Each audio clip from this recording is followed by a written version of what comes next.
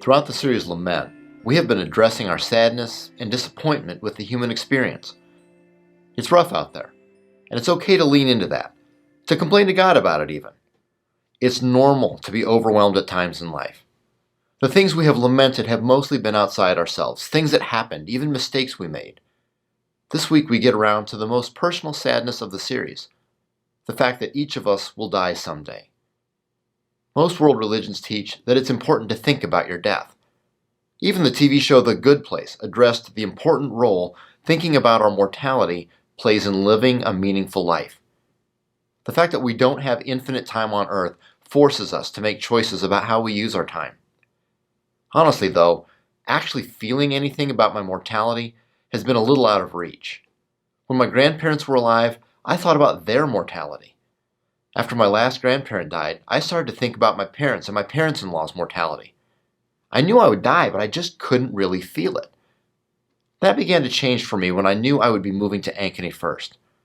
I realized I had an expiration date at my previous church. Mortality, as far as the church was concerned, became real to me, you could say. How did I want to be remembered? Did I do everything I could while I was there? I knew better than to make a frenzied push at the end. You can really mess things up that way. I think it finally hit me in part because it's possible this was my last move. It caused me to approach my work at Ankeny First differently. What if I've already had my last first Christmas in a church?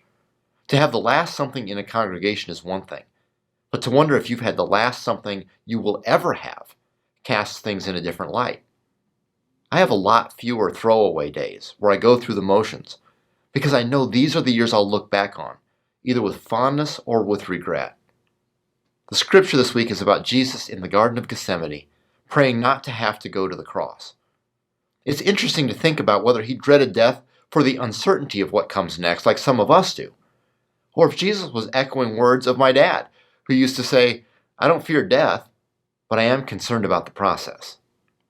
I think if it was me, I would be worried the disciples would drop the ball after I was gone and undo my life's work, calling into question my life's meaning. Regardless, part of Jesus' grief in the Garden of Gethsemane is lamenting the brevity of his own life.